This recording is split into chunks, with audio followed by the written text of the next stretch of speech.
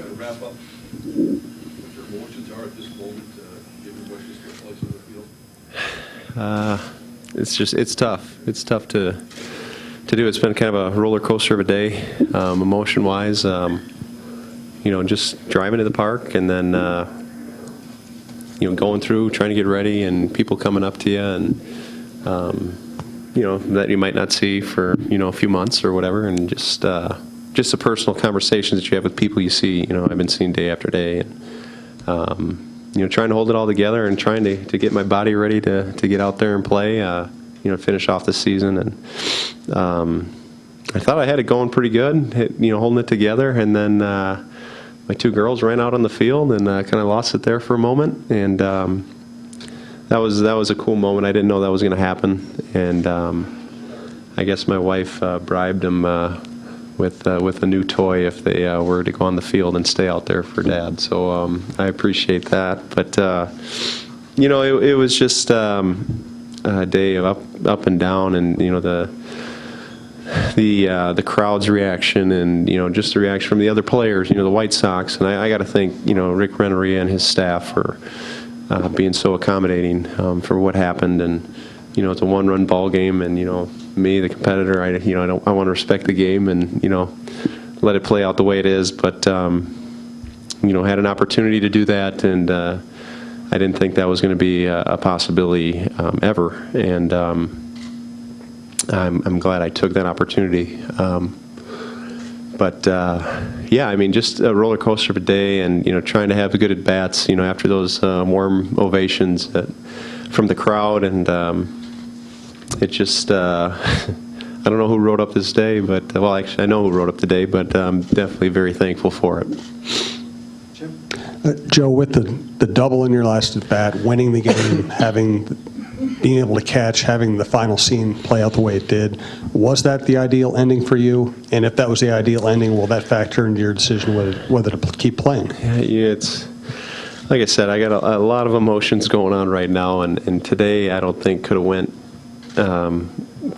any better to script. But going into this, kind of how this all came about was. There were some rumblings about a month ago, I think. My dad had mentioned something to my wife, Maddie. Didn't want to talk to me about it. Maybe if there was an opportunity, given where we were at as a team, to go out there and catch one pitch. That I know that would have meant a lot to him. And Maddie kind of sat on it a little bit, and then a few people throughout the organization were kind of mentioning something like that, and then.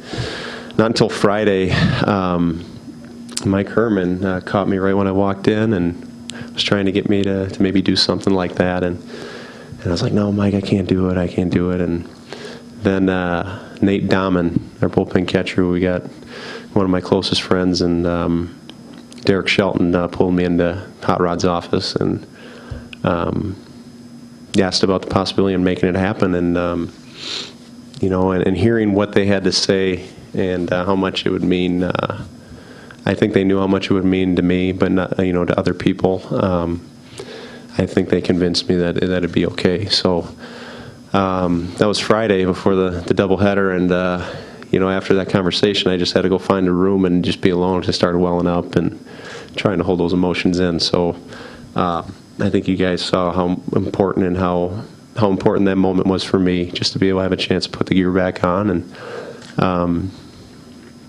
I feel like I'm talking in circles, but just given where we're at as a team and having that opportunity, I just couldn't pass it up.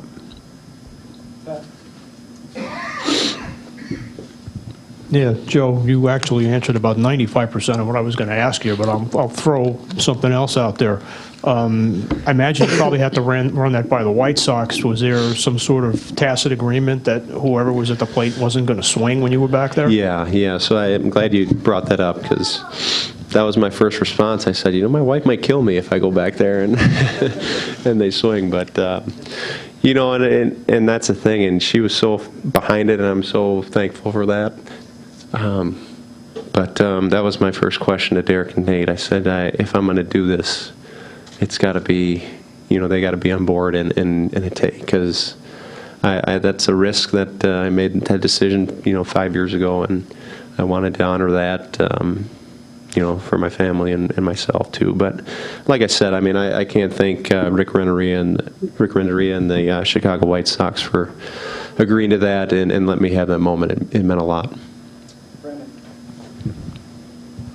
When you and Matty B embraced on the mound, what did you guys say to one another there?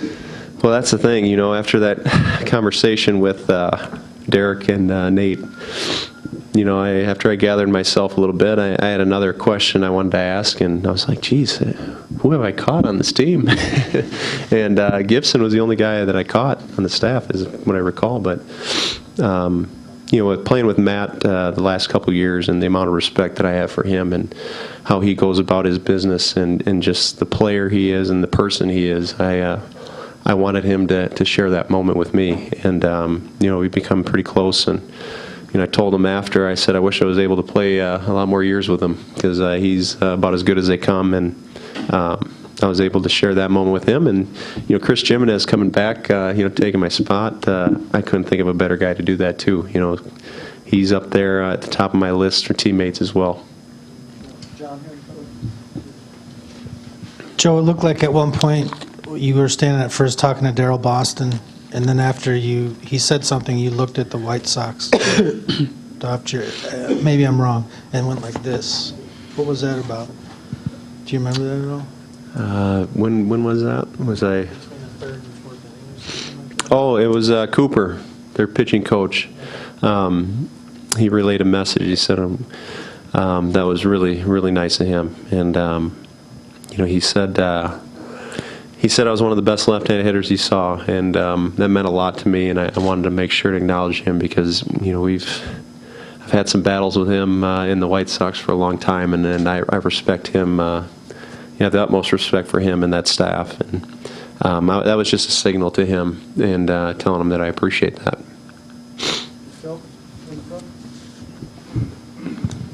Joe, how big a relief was it not to take an offer on your last day? And what was that last at-bat like? You, of course, went 3-2. Yeah, there were some tough at-bats today, just with the emotions and trying to gather myself, with everything that's going on in the crowd. Like I said, that meant a lot to me. And you probably saw me taking deep breaths. That's kind of my mechanism of trying to lock it in a little bit, calm myself down. So I actually thought the third at bat might be my last one, so I swung at the first pitch. It took me a long time to listen to that, I guess, with all the recommendations over the years. But no. But no, I'm glad I had the opportunity to go back up there, and that at bat, I felt like I was locked in, and I'm glad I was able to find the barrel. What made you stretch it? Did you get it out? That's just how I play the game. I saw it that he was moving a little to his left, and in the one-run game, I'm trying to get in a scoring position. So keep playing the game. Joe, did your teammates know ahead of time, and what was it like about the catching, and what was it like there in the dugout before you took the field? Yeah, no, we tried to keep this as tight-knit as we could. Like I said, when we first decided to kind of do it on Friday, I wanted it to be a surprise for my dad, because he kind of had the idea, and he'd tell my wife, and he's like, but don't tell Joe, all this stuff. And I just thought it'd be, the less people that knew about it, the better. And I think if I started telling people about that, I think I probably would have let more emotion out too. So just a few people knew, and a few people that were really close to me that started to kind of reveal it, but not too many. What was that like in the dugout as you were getting ready to take the field? It is unbelievable. So I came in after, right before I went out there, and I got my bag. Hot Rod knew, our clubhouse manager knew about it, and I brought my gear from home. I guess I'd probably tell you the story about that. So I haven't opened that bag since 2013, and I had the idea when I was done that I was going to put it in a shadow box and put it at home and display it somehow. And for whatever reason, that just didn't happen. And I knew exactly where it was, and I just never opened it.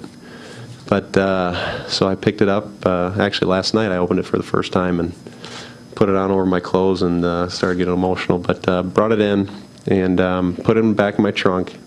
And I told Hot Rod about it. You know, he knew before, but he went out there and grabbed it sometime during the game, and I was able to put on the gear at my locker, and that's kind of when it all came out. Yeah, but was able to get out there and have that moment, and you know, I'm just thankful that it happened that way. Joe, how clear are you about your future plans specifically right now?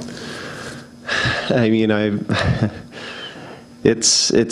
mean, it's just been like I told you, like an emotional roller coaster. I'm not 100% sure, and like I said, I want to make sure I have some time just to take a deep breath and really be behind that decision. But you know, like I said, I couldn't have asked for a better last day of the 2018 season, and I'm looking forward to just taking a breath and spending some time with my girls and you know, my family, and you know, we'll go from there. But like I said, with emotions running right now, I don't want to say either way. I think that's a good note to end on right there. I want to thank Joe for everything. All right. I'll let you go get back with your teammates. Okay, thank you. Thank you, guys.